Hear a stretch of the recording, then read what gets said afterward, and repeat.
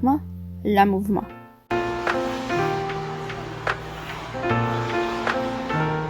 Les phases. On commence avec la phase de préparation.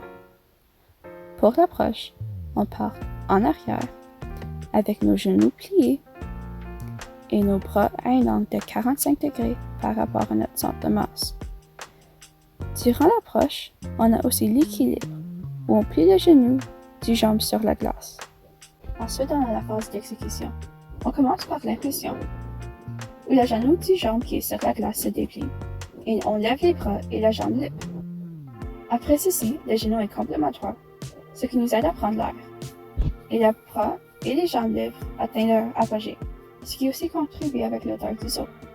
Après l'impulsion, on a la suspension, où mes patins ne touchent pas la glace.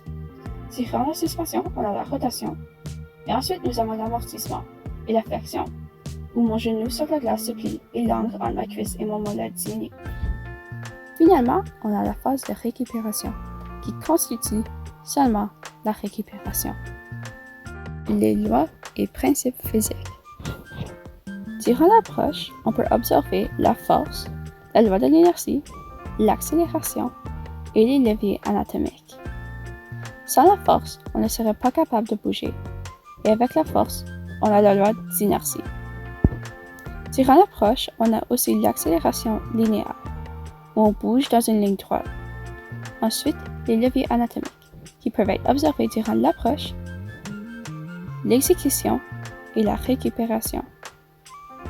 Sans les leviers, on n'aurait pas de force, pas d'auteur et pas d'amortissement.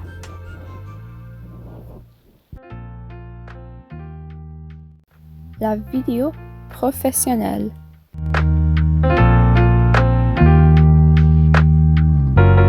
La comparaison.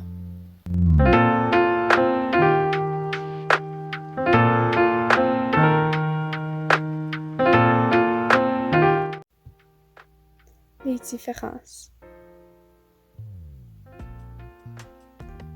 Les différences. On ne saute pas du même côté. Elle fait 3 rotations quand moi je fais seulement 1. Son saut est beaucoup plus haut que la mienne et son rythme est plus lent que la mienne aussi. Pour les ressemblances, on fait les mêmes phases, on utilise les mêmes lois du physique et l'entrée qu'on fait avant qu'on saute est la même. Les erreurs. Je fais 2 grandes erreurs quand je fais un soccer.